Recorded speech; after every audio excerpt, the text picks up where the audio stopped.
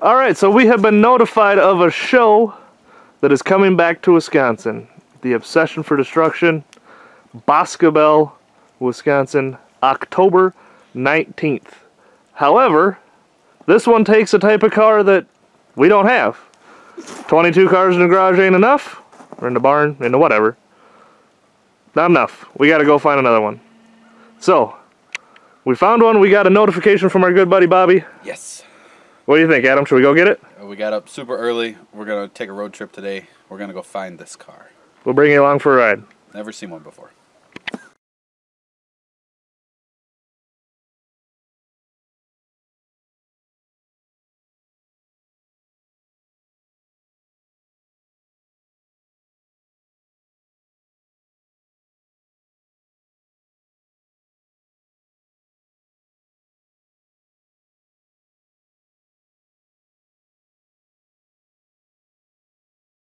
Alright, so we are getting close. We are almost to the area of this vehicle that I think you guys are going to be fairly surprised by, because nobody wants them, but we do, because that's kind of required for this show that we're going to.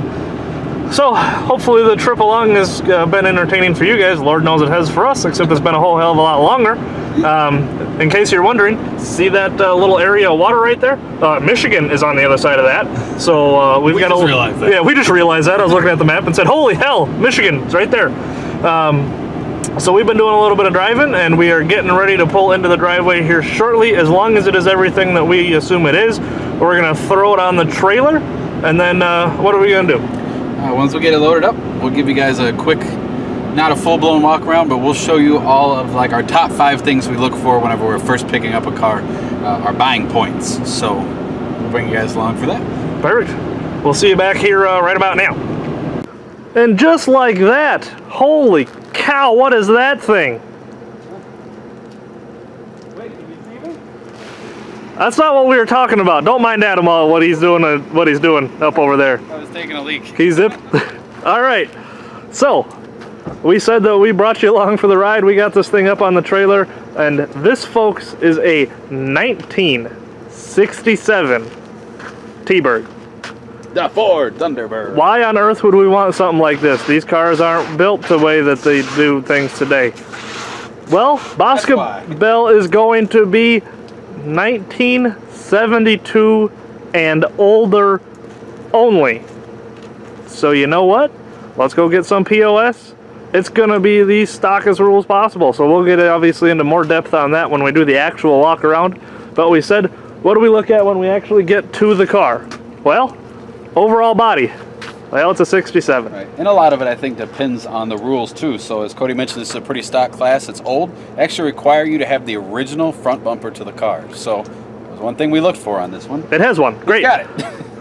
Overall body, honestly, for a 67, isn't in that bad a shape. Usually most cars, you know, we're going to look at the rockers, especially on the mid-size stuff. But guys, this is the real deal. It's solid. It's steel. I mean, overall, you know, you take a lap around it. What are we looking at? Do we have any huge holes? Nope, for the most part. That's it. She's in decent shape. The rear bumper's obviously gone. We got some moss. Oh well, whatever. What are you going to expect out of a 67? Right. So we took our lap. Half a tail light.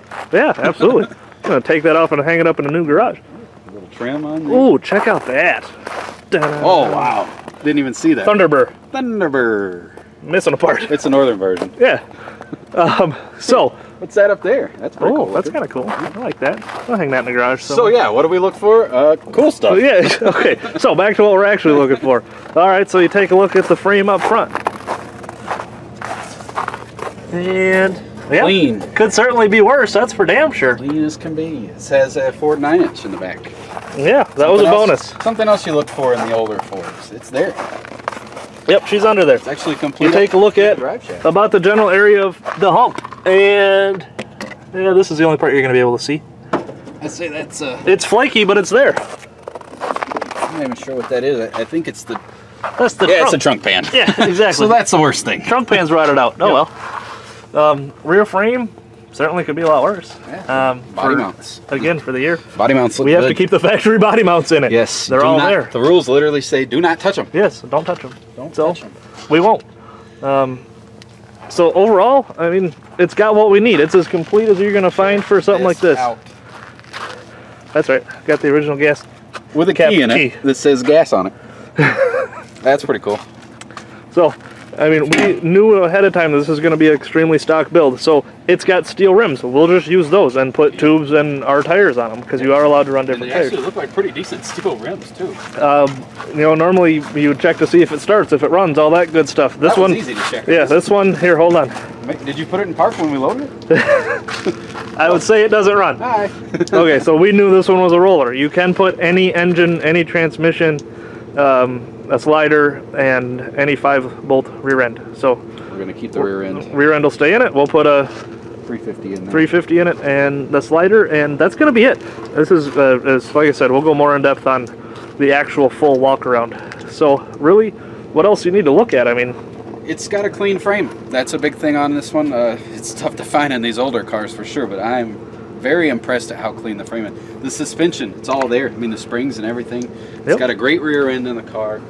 We're looking at what do we have to put into it to have it derby ready, and honestly, guys, it's welding the driver door, putting a couple chains on the passenger side, and motor and transmission. That's about it. And one thing I'll usually look at right there, especially the driver's side. The rest of it I don't really care about, but is the floor at least somewhat intact on the driver's side where my feet are going to be, you know, some safety there. So we'll get you a full walk around. That'll be the next video you see on this car, so you guys can get the full in-depth. We'll open the doors up for you, actually crawl around underneath it a little bit, and get you a little bit better view. So we appreciate you following along as always. Get goosed.